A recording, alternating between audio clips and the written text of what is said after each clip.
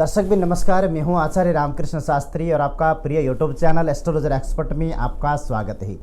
आज हम बात करेंगे पुत्र प्राप्ति कामना को सिद्ध करने के लिए विशेषकर किन भगवान का पूजा करना चाहिए और किस विधि से करना चाहिए।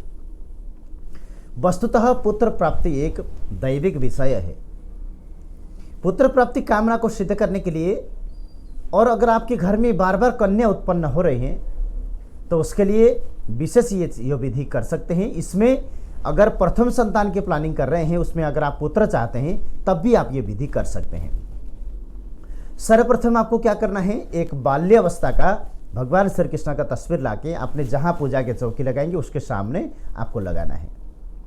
उसके बाद छोटी जो बछिया है जिनके माथे पर तिल हो, पूंछ पर सफ़ेद हो, ऐसे बछिया के गोबर लाएं। गोबर ला के 2 दिन उसको सुखाएं।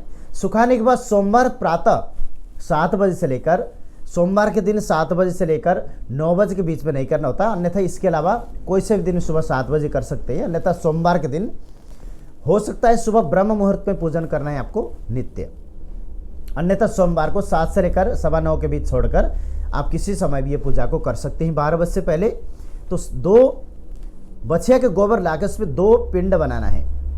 उसमें एक बड़े साइज में बनाना है जिसमें शिवलिंग का निर्माण करना है, एक छोटा साइज बनाना है जिसमें माता पार्वती का आकार बनाना है। उसे सुखाएं, पीले कपड़े से लपेटकर आप किसी बर्तन में रखें। रखने के बाद प्रतिदिन जब पूजा आरंभ करेंगे, सबसे पहले हाथ में पुष्प, चावल, दुबड़ा और कुछ पैसे हाथ में लेकर अद्य अमुक गोत्रस्य, अपना गोत्र, अपना नाम, पति अथवा पत्नी का नाम और क्या कामना है, पुत्र प्राप्ति कामना सिद्ध करनार्थ, पुत्र प्राप्ति कामना को सिद्ध करने के लिए भगवान श्री कृष्ण अथवा भोलेनाथ का सानिध्य प्राप्त हो, इसलिए हम पूजन कर रहे हैं। तो जब पूजन आरंभ करेंगे तो ये चीज़ आप वहीं छोड़ दें जहां आपने ये 2 शिवलिंग अथवा माता पार्वती का निर्माण किया है। उसके बाद थोड़ी सी जल चढ़ाएं, दूध, दही, शहद, घी और बुरा, ये 5 चीज़ मिला के उनको स्नान कराएं। स्नान कराने के बाद पुनः जल से स्नान करा के चंदन, सफ़ेद चंदन लाएं, सफ़ेद चंदन से दोनों को तिलक करें और चावल को रोली में लाल करना है।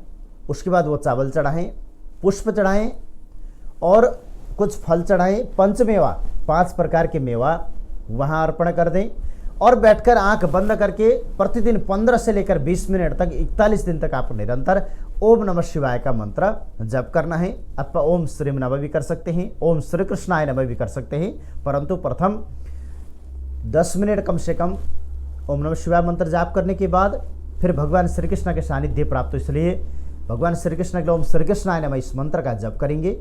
तो इस मंत्र का जप करने के बाद जो कुछ प्रसाद आप अर्पण करेंगे उन प्रसाद को हस्बैंड अथवा वाइफ ही इसको प्रसाद को लेना होता है। अगर आपके घर में छोटी कन्या है तो उस पूजा में कन्या का शामिल नहीं करना चाहिए और जो प्रसाद रखेंगे वो केवल हस्बैंड अथवा वाइफ को लेना है। तो इसी तरीके से नित्य आपको 40 दिन तक पूजा करना है। 41 दिन के दिन ये सभी चीज़ चढ़ाना है। उसमें बेल पत्ते, भांग, धतूरा ये अगर मिलता है तो नित्य भी आप चढ़ा सकते हैं, अन्यथा अंतिम दिन तो आपको ज़रूर चढ़ाना है। भांग, धतूरा, बेल पत्ते, दुबड़ा ये सब चढ़ाने के बाद एक कच्चा नारियल लाना है। एक कच्चा नारियल लाकर एक कच्चा नारियल छिला हुआ माता पार्वती अथवा भोलेनाथ जी के बराबर में रख देना है और एक दूसरा जो नारियल होगा उसे एक ही बार में फोड़कर उसको जल जटा छिले, उसके बाद एक ही बार फोड़कर जल उनके ऊपर चढ़ाने के बाद जो फोड़ा हुआ होगा वो आप दोनों हस्बैंड वाइफ को जिस दिन आप संतान की प्लानिंग करना चाहेंगे उसी दिन उस प्रसाद को आप दोनों ले लेना है। तो इस तरीके से अगर आप आगे बढ़ेंगे, सूर्य अथवा चंद्र स्वर का विभाजन और सम डेट का पालन करके अगर आप आगे बढ़ेंगे तो उसमें जो पुत्र प्राप्ति में जो आप लोगों को समस्या फेस कर रहे हैं ये समस्या तुरंत ठीक हो जाएगा। वीडियो कैसा लगा आप कमेंट्स ज़रूर करेंगे। क्या समस्या है उसके लिए आप हमारे जो डिस्क्रिप्शन पर दिया हुआ नंबर है इस पर भी आप फ़ोन कर सकते हैं। जो भी हमारे परामर्श शुल्क निश्चित होगा उसी अनुसार आप परामर्श शुल्क पे करने के बाद आप सहज होकर बात कर सकते हैं, सहजता से आप आगे बढ़ सकते हैं।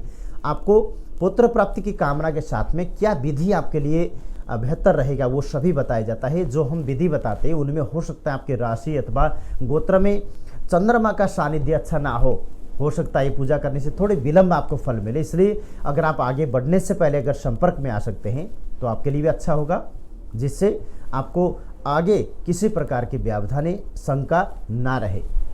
इसलिए आशा करता हूँ वीडियो अच्छा लगा, मित्र पर शेयर ज़रूर करेंगे। और जो भी आपको संदेह है आप इसी नंबर पे व्हाट्सएप कर सकते हैं, फ़ोन कर सकते हैं, या फिर कमेंट्स के माध्यम से आप अपनी व्यक्तित्व रख सकते हैं। और हम इन वीडियो में क्या चीज़ का ग्रोथ करना चाहिए अथवा किस डायरेक्शन पे हमें जाना चाहिए, इसके बारे में भी आप लोग अगर लिखेंगे तो हमें भी मोटिवेट हो।